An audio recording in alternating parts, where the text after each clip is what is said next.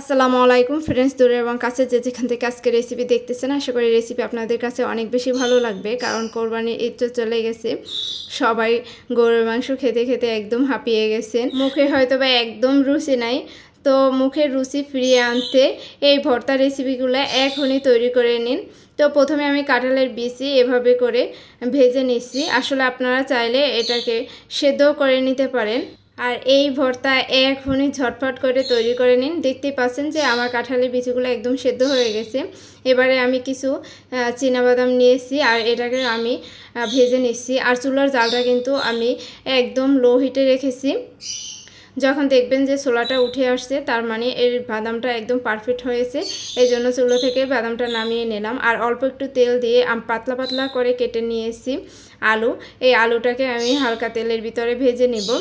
আসলে সিদ্ধ করে আলু ভর্তা তো অনেক খেয়েছেন, কিন্তু এইভাবে কখনো কি খাওয়া হয়েছে? এইভাবে করে জাস্ট আলুগুলোকে ভেজে ভর্তা করবেন, দেখবেন কতটা টেস্ট লাগে। আর হাঁড়িতে ভাত একটু বেশি রান্না করবেন, কারণ মুখের রুচি নাই। আর এইসব ভর্তা থাকলে কিন্তু মুখের রুচি ফিরে আসবে, অনেক বেশি ভাত খেতে পারবেন। আর এবারে নিয়ে নিলাম দুটো ঢেঁড়স, কুচি করে নিয়েছি। আপনাদের বাসায় যদি বেশি ঢেঁড়স থাকে তাহলে বেশি ঢেঁড়স নিয়ে নেবেন। যেহেতু আমার বাসায় ঢেঁড়স ছিল না, জাস্ট দুটো ঢেঁড়স ছিল। এটা অল্প একটু চিংড়ি মাছ দিয়ে আমি জাস্ট ভেজে নিচ্ছি। আপনারা চাইলে ঢেঁড়সটা সেদ্ধ করে নিতে পারেন, তবে আমার মতো এরকম ভেজে নিলে স্বাদ অনেক বেশি পাবেন। দেখতে পাচ্ছেন আমার ঢেঁড়সটা ভাজা হয়ে গেছে, চুলা থেকে নামিয়ে নিলাম। এবারে পেঁয়াজটাকে আমি ব্রেস্তা করে নিব। যখন হালকা একটু ব্রাউন কালার চলে আসবে, তখন পেঁয়াজটা চুলা থেকে নামিয়ে নেব। আর পেঁয়াজটা ভাজার জন্য অল্প একটু তেল দিয়েছি। দেখতেই পাচ্ছেন যে হালকা একটু যখন ব্রাউন কালার চলে আসছে, তখন চুলা থেকে পেঁয়াজটা নামিয়ে নিলাম। আর এবারে কিছু রসুন নিয়ে নিলাম, আর রসুনটাকেও আমি ভর্তা করে নিব। আসলে কাঁচা রসুনও ভর্তা করা যায়, সেক্ষেত্রে খেতেও ভালো লাগে। আপনারা চাইলে অল্প একটু তেল দিয়ে রসুনটা ভেজে নিতে পারেন। আর এখানে আমি কিছু শুকনো মরিচ আর সাথে কিছু কাঁচামরিচ এভাবে করে ভেজে নিচ্ছি। আপনারা চেষ্টা করবেন কাঁচামরিচ আর শুকনো মরিচ আলাদা আলাদা করে, তাহলে শুকনো মরিচটা একদম মশমশা থাকবে। তো এবারে আমি শুকনো মরিচ আর কাঁচামরিচ দুইটাই নামিয়ে নিলাম। এবারে একটা শিলপাটা নিয়েছি, আর আপনারা চাইলে এগুলোকে ব্লেন্ড করে নিতে পারেন, তবে শিলপাটা ভর্তা খেতে কিন্তু অনেক বেশি ভালো লাগে। প্রথমে আমি বাদামটা বেটে নিচ্ছি। আসলে এই বাদাম বাটাটা যদি থাকে আপনার খাবারের সাথে, দেখবেন যে আপনার মুখের রুচি একদম কতটা ফিরে আসে। জাস্ট 15 দিনেও আর রুচি আপনার চলে যাবে না, যে এতটাই টেস্টি। আপনার এই রুচি থাকবে 15 দিন, আমি একদম আপনাদের গ্যারান্টি দিয়ে বলতে পারি। আর এখানে কিছু শুকনো মরিচ নিয়ে নিলাম, আর পেঁয়াজটা একটু পরে দিয়ে দেব। আর শুকনো মরিচটা আগে জাস্ট বেটে নিচ্ছি। আসলে যেটা হয়েছে, কাঁচামরিচ আর শুকনো মরিচ একসাথে তেলে ভেজে নেওয়ার কারণে আমার শুকনো মরিচটা মুসমুসে হয়নি। যাই হোক, আমি বুঝতে পারি নাই। আপনারা শুকনো মরিচ আর কাঁচামরিচ দুটো আলাদা করে ভেজে নেবেন। আর কাঁচামরিচটা না দিলেও কোনো প্রবলেম নেই, শুকনো মরিচ দিয়েও করতে পারেন। শুকনো মরিচ দিয়ে ভর্তা করলে আসলে অনেক বেশি ভালো লাগে।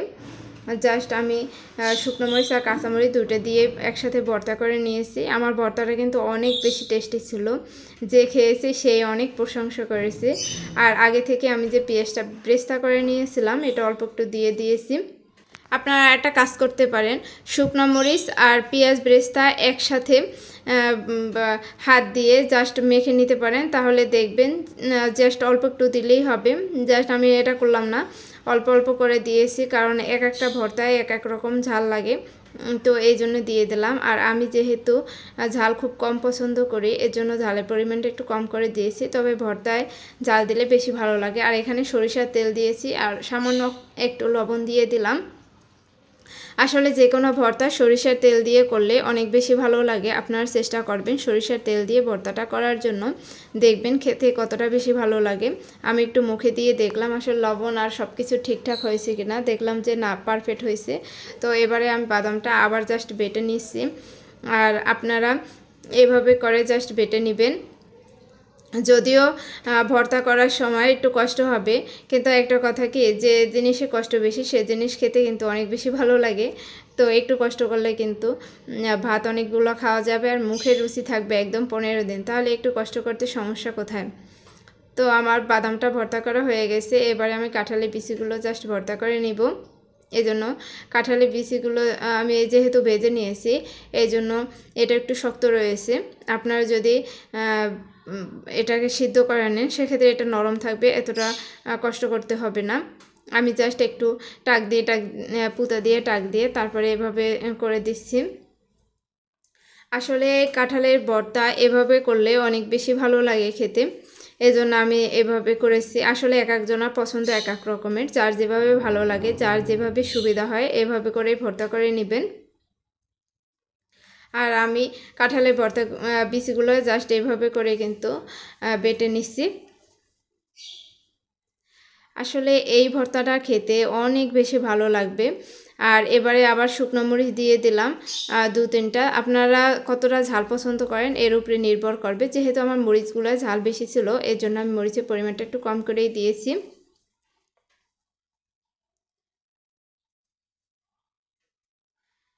এবারে জাস্ট কাঁচামরিচ দিয়ে দেবো। আসলে বাসায় যদি কাঁচামরিচ থাকে তাহলে দিয়ে দিবেন। আসলে কাঁচামরিচ আর শুকনো মরিচ দুটো একসাথে যখন ভর্তা করবেন তাহলে অনেক বেশি ভালো লাগবে। আর আবার পেঁয়াজ দিয়ে দিলাম, যেহেতু আগে থেকে পেঁয়াজটা বেরেস্তা করে রেখেছিলাম, এই জন্য আর আমার কষ্ট করতে হয় নাই। আর আপনারা যদি কাঁচা পেঁয়াজ পছন্দ করেন সেক্ষেত্রে কাঁচা পেঁয়াজটাও দিয়ে দিতে পারেন। আসলে আমার কাছে কাঁচা পেঁয়াজ খেতে তেমন বেশি ভালো লাগে না, এই জন্য আমি কাঁচা পেঁয়াজ দিয়ে কখনোই ভর্তা করি না।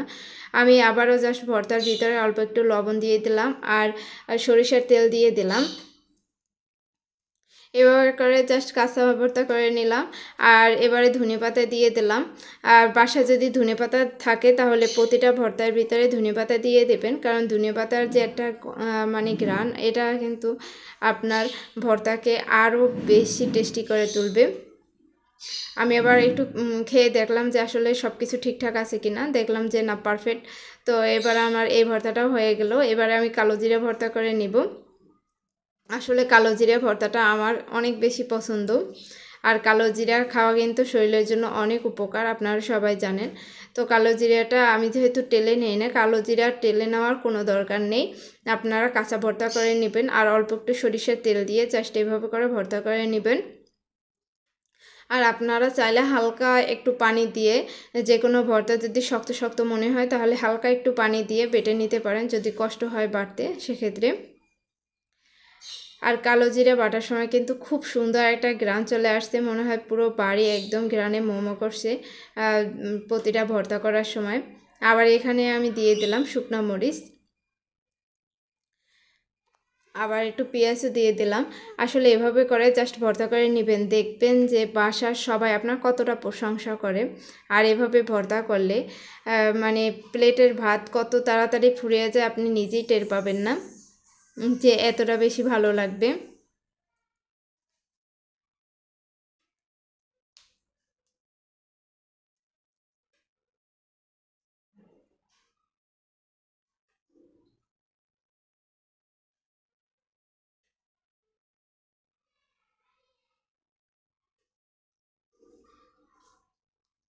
এবারে জাস্ট অল্প একটু লবণ দিয়ে দিলাম কালো জিরার ভিতরে। দেখে আসলে কালো জিরা ভর্তাটাও কিন্তু আমার হয়ে গেছে একদম পারফেক্টভাবে।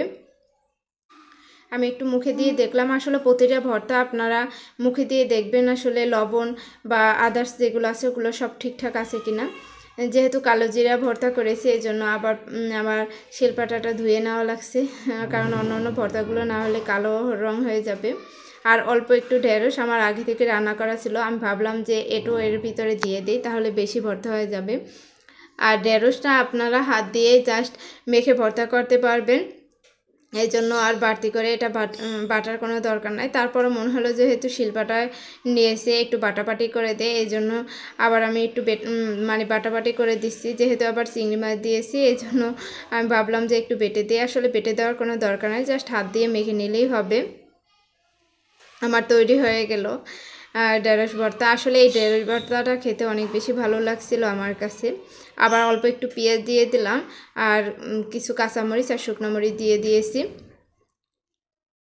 এভাবে করে জাস্ট ভর্তা করে নেবেন, দেখবেন যে কতটা ভালো লাগে। কারণ অনেক দিন পরে মনে হবে যে আজকে আপনি পেট ভরে ভাত খেতে পারবেন। কারণ এখন তো গোস্ত মাছ খেতে খেতে সবাই একদম অনীহা হয়ে গেছে, খাবারে কোনো রুচি নাই। তো সবার উদ্দেশ্যেই আজকে এই ভর্তা রেসিপি নিয়ে আসলাম। আর অল্প একটু সরিষার তেল দিয়েছি। আসলে বরাবরের মতো সরিষার তেল দিয়ে দিলে ভর্তা বেশি ভালো লাগে। আবার আমি একটু মুখে দিয়ে দেখলাম আসলে পারফেক্টভাবে ভর্তাটা তৈরি হয়েছে কিনা। তো আমার ঢেঁড়স ভর্তা হয়ে গেল। এবারে আমি জাস্ট এটাকে রেখে দিচ্ছি।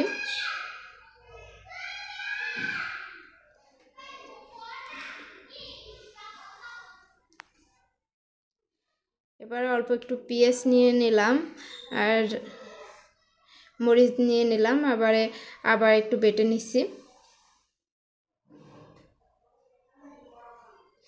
ধনিয়া পাতা দিয়ে দিয়েছি।